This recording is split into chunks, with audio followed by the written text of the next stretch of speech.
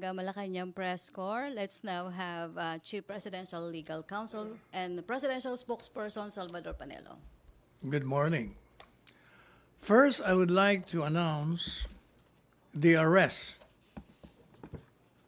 All ears kagad sila. No.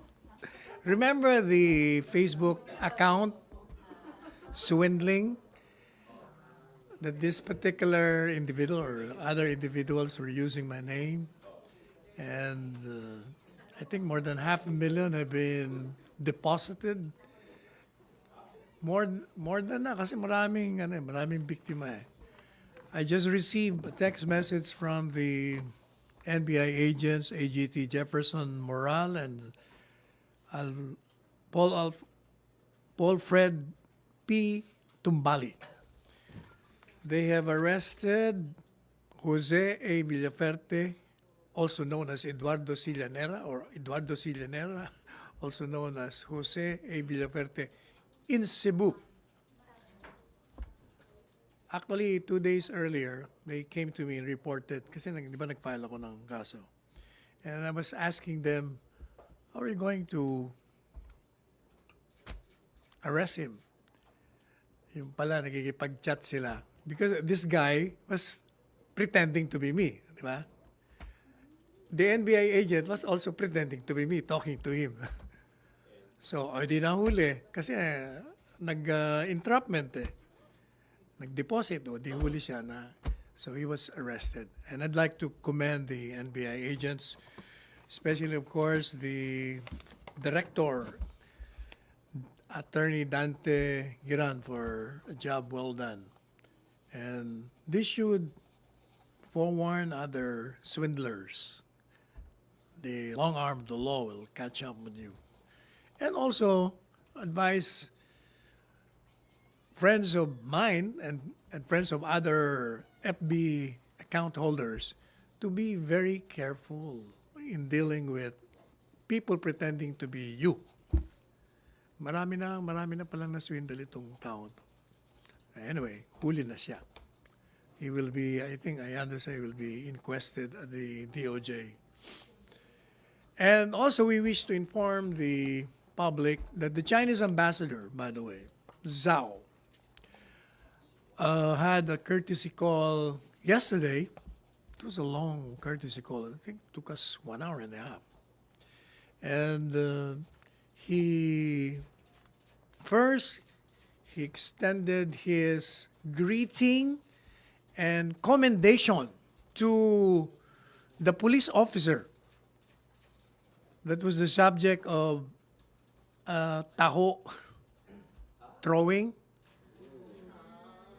He said he saw the video, and Ambassador Zhao said he was impressed by the professionalism and restraint exhibited by the police officer.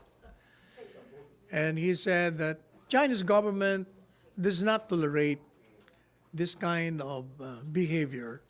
In fact, he said that in the Philippines, we should prosecute nationals of other countries, including Chinese, who violate our laws, in the same way that in the China area, or Chinese government will also prosecute foreign nationals that violate their laws.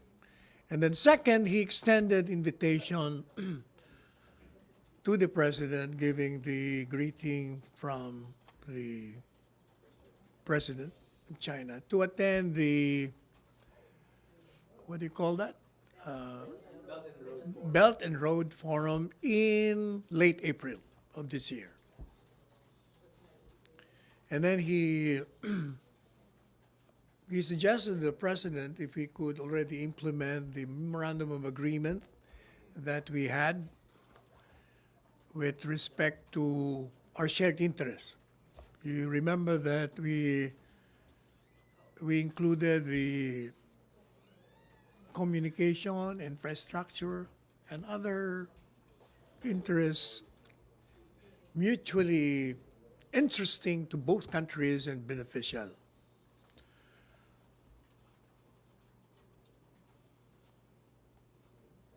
That was the courtesy call. Another courtesy call was made by the U.S. Philippine Society.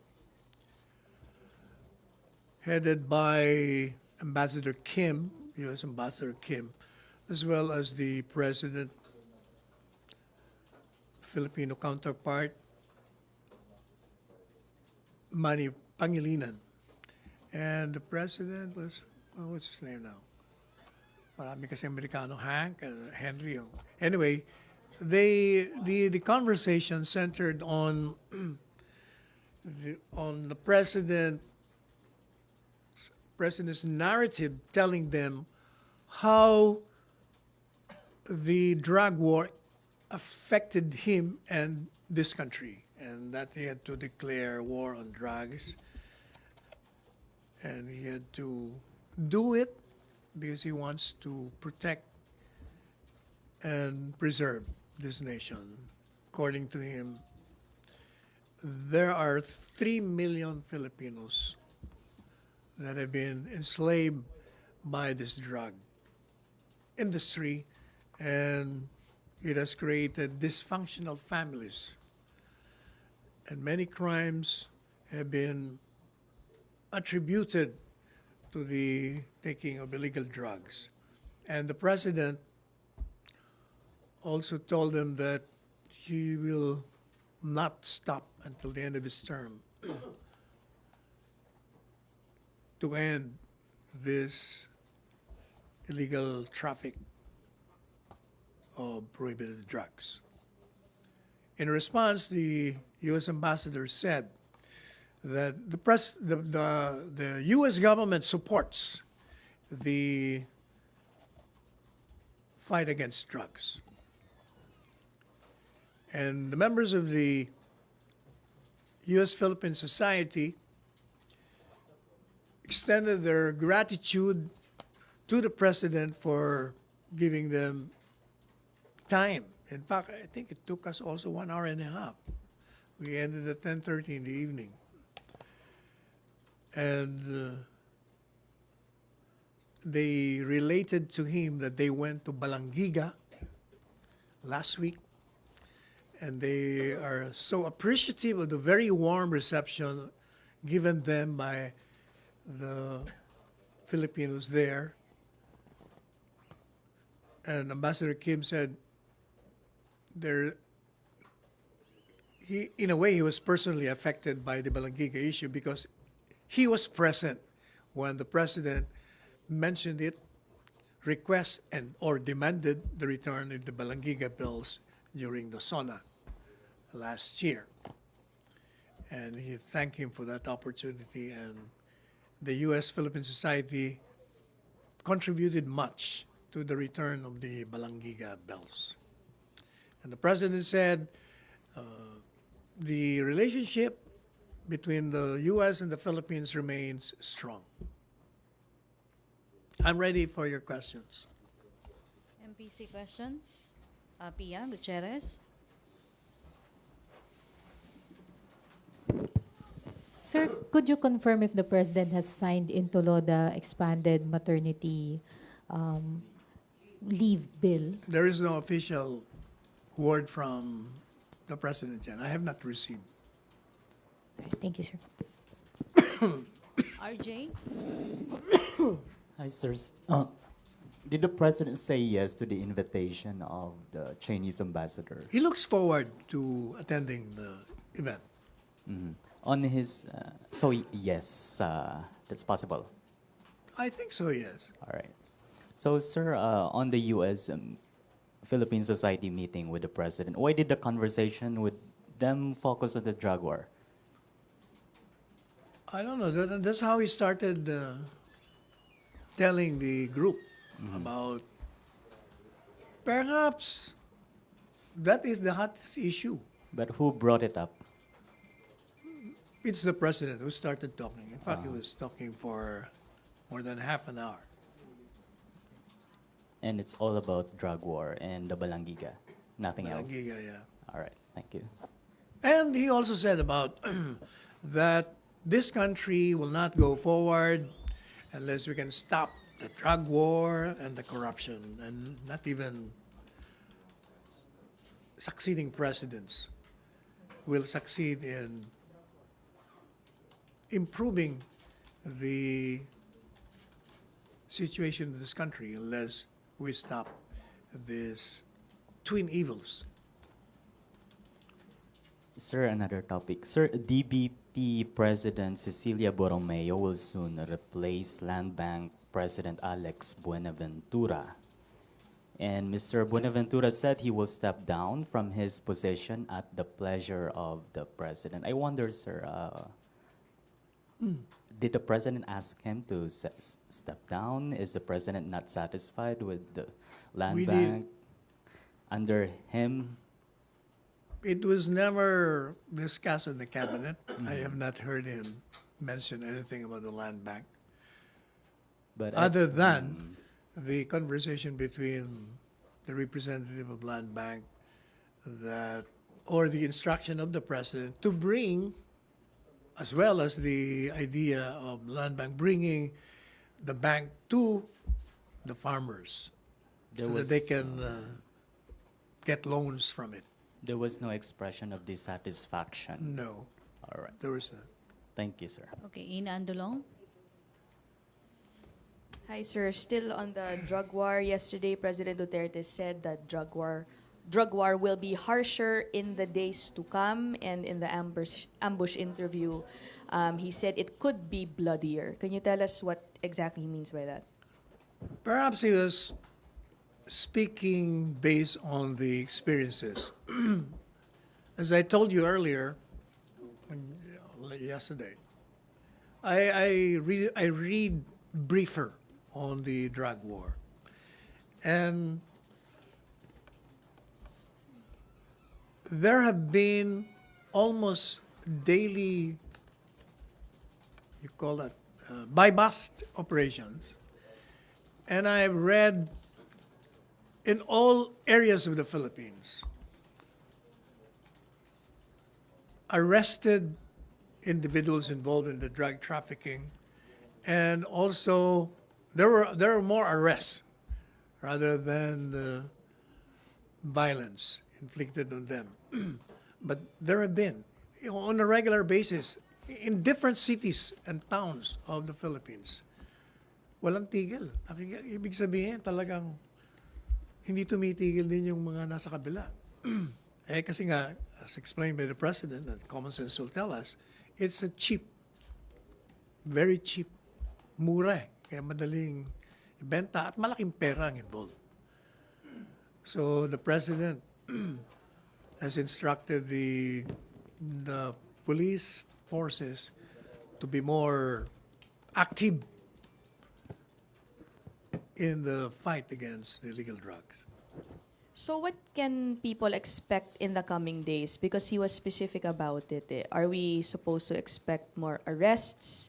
Ano ba to pagbabalik nung very aggressive Oplan Tokhang as we saw early on in his term? What can we expect in the streets? In other words, the President is relentless in his campaign and he's focused on it, and has in fact instructed the police forces to do everything in their power and in accordance with law to dismantle the entire drug apparatus in the Philippines.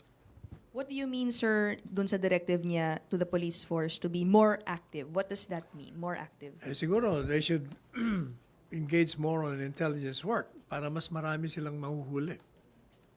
Because you cannot naman arrest these people unless you have basis, di ba? More intelligence work. Last, sir, the president has repeatedly been talking about the 3 million drug users still in the country. Ano ang gagawin dito sa 3 million na to in the harsher drug war? Will they be arrested as well, or is the focus going to be on dealers? What is it going to be? The approach of the President is twin. The arrest of drug traffickers as well as the rehabilitation of the drug addicts. Tina? Sir, for the past 3 years, sir, the President has been strong in the campaign against illegal drugs. And at critics even call him over ng mga extrajudicial killings. But apparently, there is a shift from Philippines being of shabu from cocaine based on the recent police operations or PDEA operations na nasist. Where is the government? What's wrong, sir? Bakit parang even the mga drug syndicates hindi takot ka Pangulo? May kakulangan pa ba? Hindi sa takot. I think from where I stand, I can see that the attraction is in the profit. That is why these people risk being arrested or being killed in the process of an arrest. Now, I recall something. I'd like to share it to you and to the public. With respect to those who are saying that there have been extrajudicial killings, that these arrested people are just being killed, it's not true. You know, the statistics of the Philippine National Police Force showed that presently there have been 165 police officers killed in relation to arrests. And there are, if I'm not mistaken, 765 injured policemen. So it only shows that in the course of the arrest, those subject of arrest use violence and will not allow themselves to be just arrested. They will have to fight back. Hence, the lives of the policemen making the arrest are also at risk. Otherwise, how can you explain there are 165 police officers killed and 675 police officers injured? So what's your reading on the Philippines being used as transshipment point for cocaine? Ang reading ko niyan kasi yung teritoryo natin, islands eh. Dahil sabi, ang daling pumasok, hindi mo mabantayan lahat, ang dami, how many islands do we have? Kaya mga, nakakapasok yung mga drugs. So can you expound further on the President's statement about Mr. Peter Lim? Mayroon bang bagong developments about Mr. Lim kaya nagsalita? Wala, ang sinabi niya lang kahapon buti pa mag-commit suicide siya because he will put him to jail for 200 years. Okay, Chona, then Joseph. Sir, still on Peter Lim, does based sa intelligence report, does the palace know the whereabouts of Peter Lim po? No, as of now, no. Walang feelers, sir, since last night after the warning of the Wala president? Wala pa ako narinig. So, what's the reason why the president parang change of heart? Kasi dati, in 2016, maayos naman yung meeting nila. And then, last night, parang stern yung warning niya kay Peter Lim. There could be a basis for that. Siguro, some time ago, kung sinasabi mong sopa siya, wala masyadong ebidensya against him. Baka marami ng ebidensya to convince the president that he is really behind many operations concerning drug activities. You must remember that Peter Lim at one point denied that. O siguro, lalong pinaimbestigahan ni Presidente, baka marami na siyang basis. Thank you, sir. Okay, Joseph.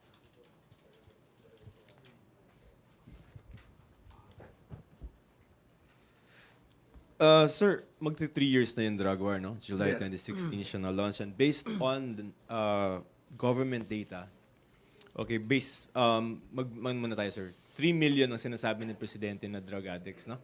Either operator or user. But based on the government data, there have only been 167,000 plus na drug personalities arrested. Those who were killed, 5,000 plus. And then counting also the surrenderies, you have 316,000. That would just give you 488,000 plus individuals that have been either accosted or killed. Versus vis-a-vis the 3 million figure of infection, if you can call it that, would you say, sir, that the drug war had been effective? I think so, yes, because given the fact that this has not been stopped by previous administration, and it is only now that there is a relentless war against drugs. Sa tingin ko, given the statistics, sinisira natin ang drug industry dito sa bansa natin. How then would you explain, sir, that despite the very active drug war, we would have, as the president claimed yesterday, international drug cartels still going into the country? Because of the profit involved. Plus, yung geographical location natin, madaling pumasok. At the same time, yung shabu, talagang mura eh. Talagang para sa mahihirap yun. And diba, I told you before, what they did earlier was to flood the barangays with free shabu. Nung na-addict na, doon siyempre, hinahanap na. Yan ang ginawa nila noon, libre. Why aren't we able to stop these drug cartels? Marami na tayo. Well, we have already dismantled so many. Di ba sa Munting Lupa, nasira na natin yun. And then, news reports coming from you people kung paano na-raid yung isang mga factory ng ganito, factory ng ganyan, ilang milyon ang nakuha ng ganito, mga shabu. So marami.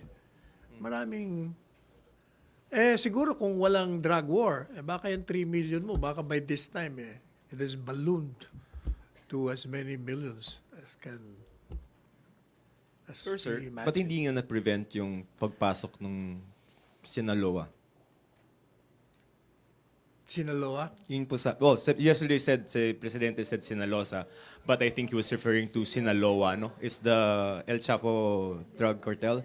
And he acknowledged that yung mga lumulutang ng mga cocaine probably are from that drug cartel. May drug war tayo, sir, pero bakit pa mapasok yung Sinaloa? Paano nakakapasok? Gaya na nga ng sinabi ko, yung profit plus yung geographical Feature. makeup ng ating bansa. Pero tandaan nyo, kung walang drug war, can you imagine, meron mong kung ilang milyon ang maapektuhan sa atin? Grabe siguro. Kasi he was even shocked na ganito karami. Di ba dati-dati, ang sinasabi nila, 1 million plus lang. Yung pala, that was only concentrated in Manila. Lumalabas ngayon all over. Kasi nga, gaya na sinasabi ko, I read the briefer every day. And I'm amazed that every city, towns, may mga by bus operation at maraming naaresto at marami rin ang namamatay.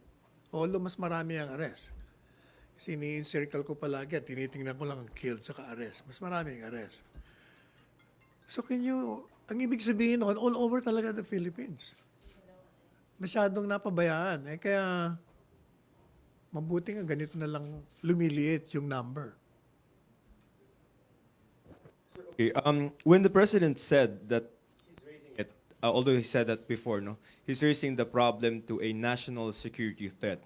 Is this just a matter of describing the gravity of the problem, or did he mean something legal in such a way that he can invoke certain powers under the Constitution?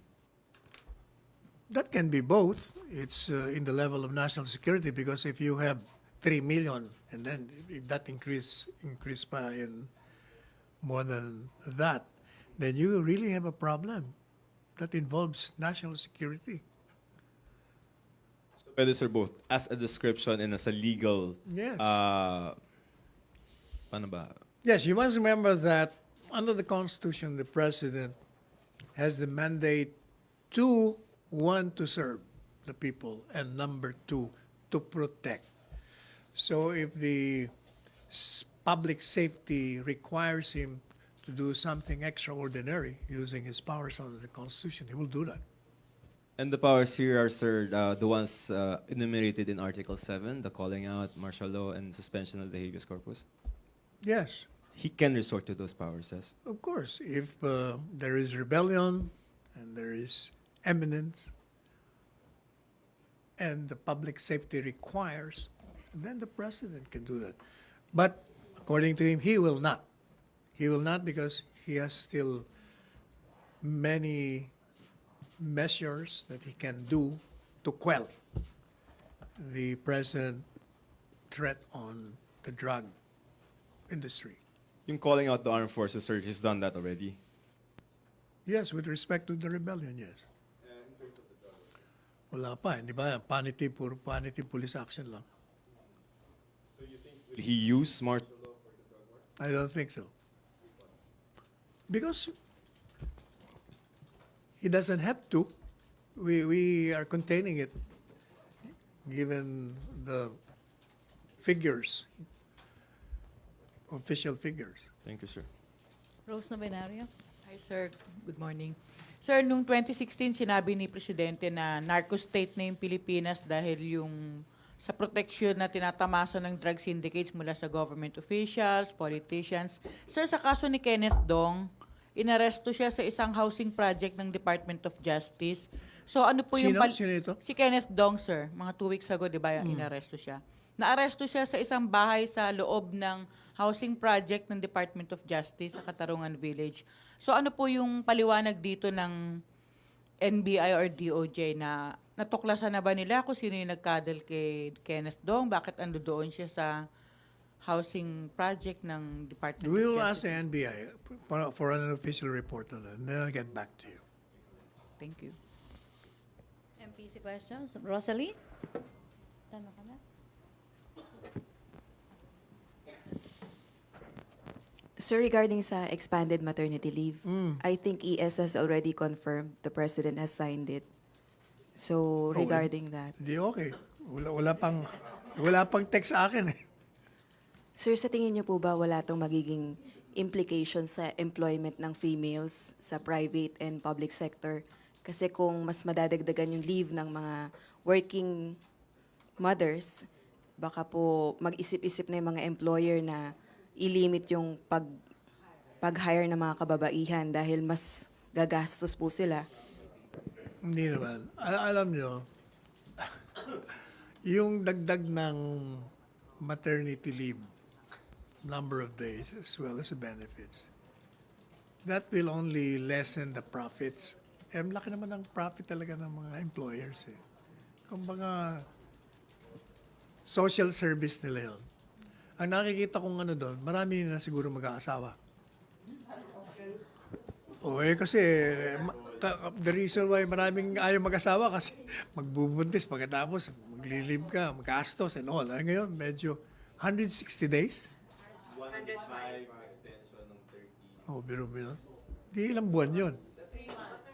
Wow, 3 months. So, sir, confident po kayo na hindi mangyayari sa Pilipinas yung nangyayari sa ibang bansa na pinipigilan yung pag-hire ng mga kababaihan dahil sa ganong benefits? Bawal ang discrimination sa atin. They will be accountable to that. I don't think they will. Okay po. Thank you, sir. Okay, MPC, Tina? Saka mga Filipino family-oriented eh. These industrialist businessmen will understand. Sir, clarification lang, sir. Katulad tong bagong batas sa expanded maternity health. Ano ba dapat ang sinusunod ng mga kumpanya? Yung batas o kailangan i-incorporate ng private companies sa rules and regulations nila muna yung batas bago i-implement sa mga empleyado? First, merong mga companies na magaganda benefits. Like when I was in Unilab, gaganda ng benefits, wala pa yung batas eh. So, regardless of the rules and regulations ng mga companies, they will have to follow the law now. Kung may law na, wala na silang choice. They will have to follow the law. So you don't even have to incorporate that kasi nasa batas na nga. Thank you, sir. Joseph, may follow-up ka ba? Joseph or Chris? Clarification. Okay, when you said that pwede na lang i-incorporate yung act, they can also not incorporate it? Of course. The law? Just follow the law. Why do you have to put in the rules? Okay. So parang given na yun. Given na eh. No wala naman siyang amendments choice. to the labor code or whatever, mga ganun. Hindi naman kailangan kasi batas na nga eh. Okay, so Kasi the moment, automatic yun na in-amend mo yung previous provision pag mayroong special law. correct. So they have to follow. No? Sir, Kaya si Maricel sa kasi nag-iisip na yata ng So, sir, dagdag lang. sir, regardless, sir, Saka kung si- merong yeah, workers yeah. union or wala ang isang kampanya. Ano? Regardless, sir, kung merong workers union o mga CBA Wala dapat sila. Yes. prevailing ang law of the Oh, law. wala na silang choice doon. Batas eh. It applies to all. Thank you, sir. Okay, Christine Avendano. Kaya Ina, pwede ka na. Sir, Pwede ka na mag-asawa. sir. Ayan. Sir, what could be the basis of the president to say na he would raise the drug problem to a national security threat? Well, as he has repeatedly explained, it affects the generation. It affects the entire country. If so many members of the family are addicted to drugs, diyan mag-uumpisa lahat ng problema. Like, palagi nang pinapaliwanag natin na, one, pag na-addict ka na, you need money to buy. Pag wala ng pera yung tatay at nanay mo, magnanakaw ka na sa sarili mong bahay, bebenta ka na ng mga gamit. Pag wala ka na maibenta, pupunta ka na sa kapitbahay. Pag wala na yung kapitbahay, mang-hold up ka na. So, you have potential criminals in the families. Magkakaproblema ka talaga. Kaya, I saw the emotions of the president last night. Sabi niya, it affects me so much. You know why? Can you imagine yung mga Pilipino nagpupunta sa overseas para lang kumita, tapos they will learn na itong mga anak nila rito, naging drug addict na, nasira na yung buhay nila. Kaya grabe ang ni Presidente. Kaya hindi siya titigil hanggat matapos yung ganyan term. Normally ba, sir, pag kunyari yung if a situation becomes a national security problem, ano yung normally conditions, the present conditions to say na may problem national security-wise? Aba, kung, like for instance, yung 3 million kung naging 10 million yun, to my mind, if I were the president, that's a national security problem. Kung gano'n nakarami ang involved sa drugs, talaga may problema ka ng malaki. But we're reducing that na nga because of so many arrests. Tapos may rehabilitation pa tayo. During the cabinet meeting ba, did he mention he planned to raise yung drug problem to a national security threat? Hindi naman. Sa mga speeches niya, hindi ba sinasabi niya yun?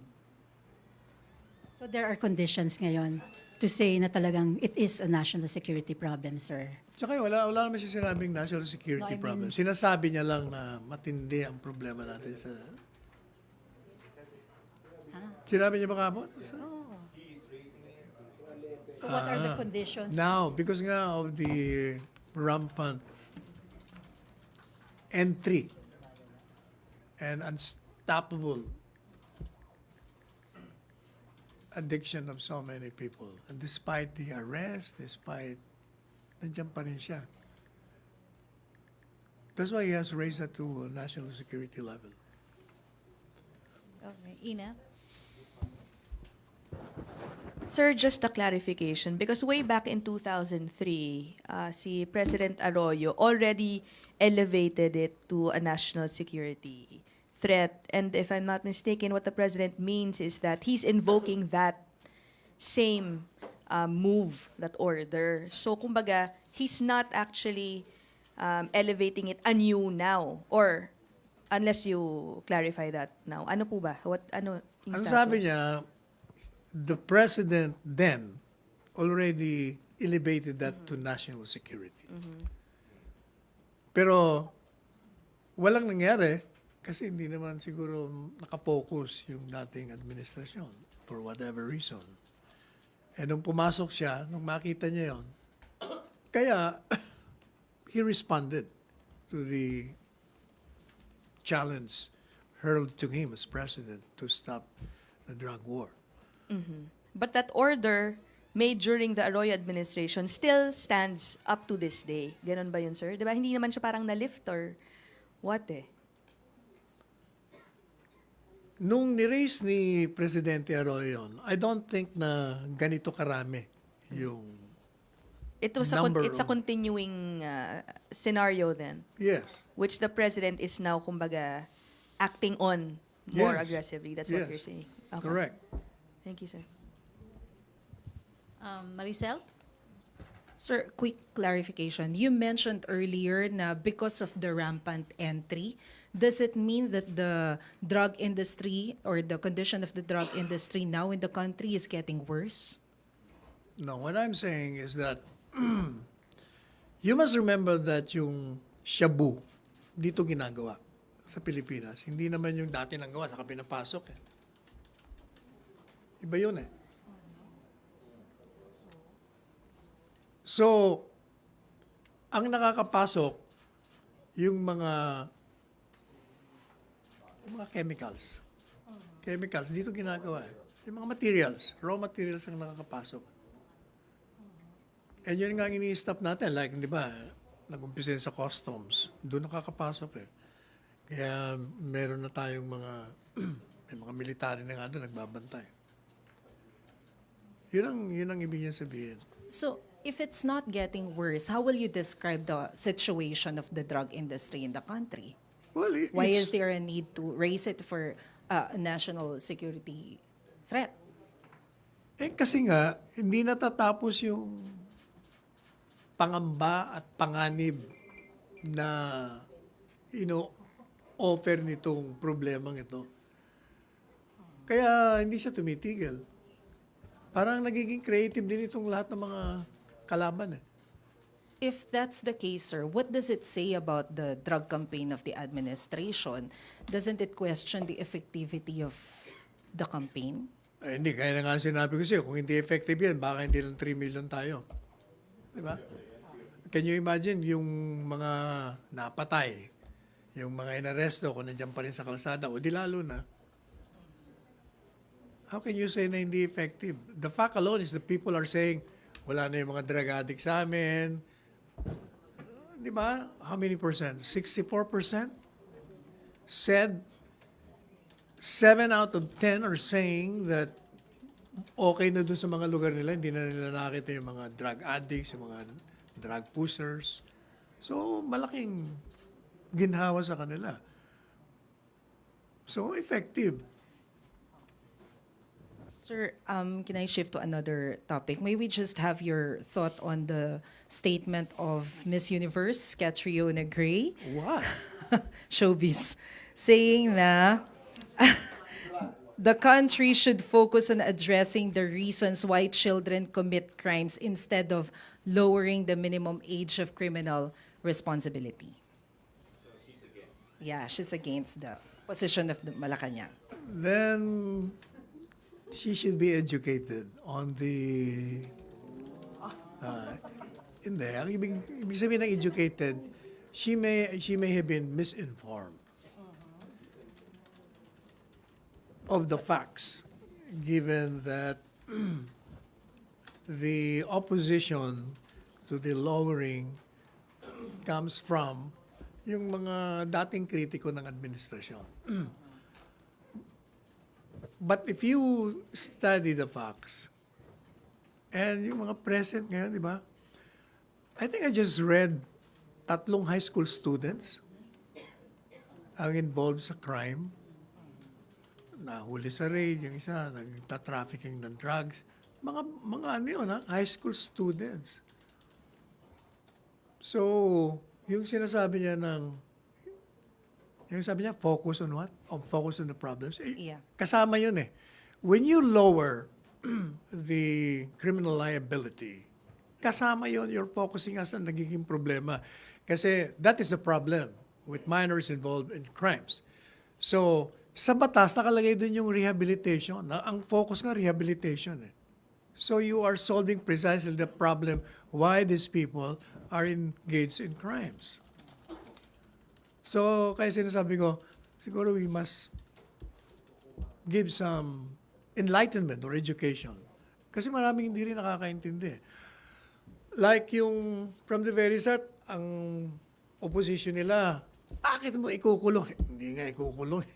Yun nga ang pinagtataka ko noon eh, kung bakit naniwala sila na ikukulong. Hindi nga ikukulong eh. I-rehabilitate mo nga eh. So baka hindi rin na intindihan ni Miss Universe na Miss Universe hindi na may kukulong, i-rehabilitate nga natin. Kaya tama ka doon. Let's focus on the problem. We are precisely focusing on the problem. Because the problem is they're engaged in crimes. So what will we do? We will have to rehabilitate them. Learn why they have committed these crimes. And then put them back to society. But I'm glad that she mentions it only means that she's also concerned, which every Filipino citizen should have the kind of concern. Okay, thank you, sir. Questions, MBC? Virgil?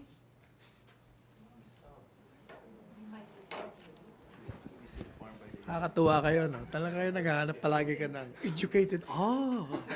Ano ka agad eh. Talaga, yung sound bite ang hinahanap talaga. Sir, good afternoon. Yesterday, Pope Francis told worshippers in Vatican that those who repeatedly accuse the church, meaning the critics, are friends, cousins, and relatives of the devils. So, though the president, of course, the Pope did not mention any critic for that matter. The critics but of the what? Of the church, yeah. The Pope called them as friends, cousins, and relatives of devils. Well, of course, the president was not mentioned or any critic for that matter, but we know that the president has been criticizing the teachings and the misdeeds of some members of the clergy. So may we know your reaction to his statement, sir? I haven't read the reaction of the Pope, but one of the better critics of the church is the Pope himself. He criticizes the members of the church who are engaged in what he perceives to be immorality, which is outside of the teachings of Christ or the internal discipline of the church. Diba? When he addressed those members of the church who could not be celibate to leave the church, he is a critic.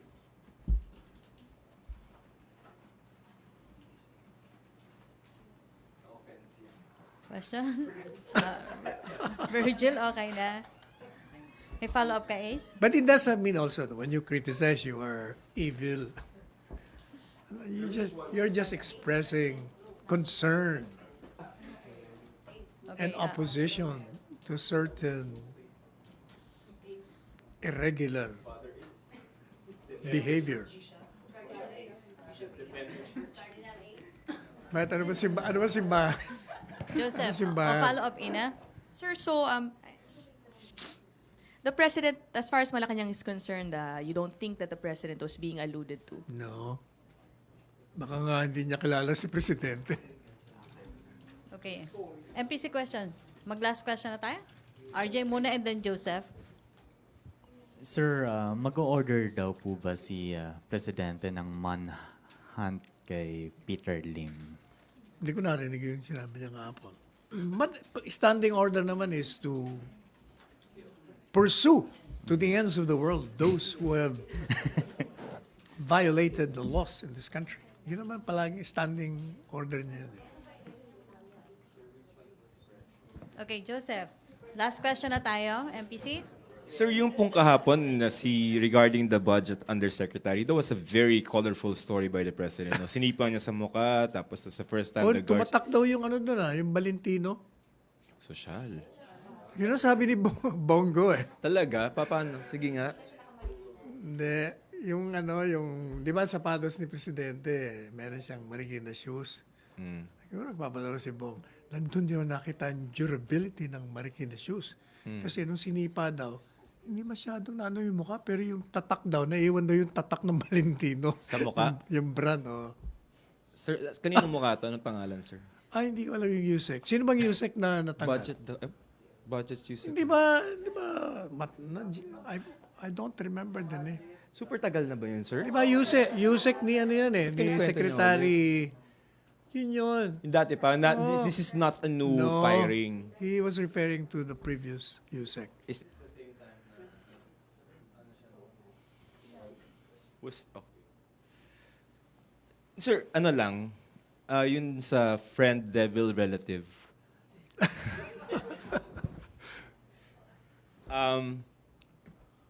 What do you think of it? Do you agree that any critic of the church is a friend, brother, relative? If I will agree with that, then the Pope would be referring to himself also because he is also a critic. Palagi ko ano lang yun, hyperbole. Wow, speaking like the president, huh? Yeah, hyperbole. Hyperbole. Kumbaga ano lang niya yun, hindi, when you criticize, you cannot be evil. So hindi naman na-offend yung palace doon. No. Okay. Si Presidente, di ba, ina-assault na lahat ng reputasyon niya. Pinapabayaan niya lang. Okay lang yun. Sige, sir. Okay, thank you, MPC. Wala na questions? Okay, thank you, Presidential Thank you. Spokesperson and Chief Presidential Legal Counsel, Salvador Thank you. Panelo.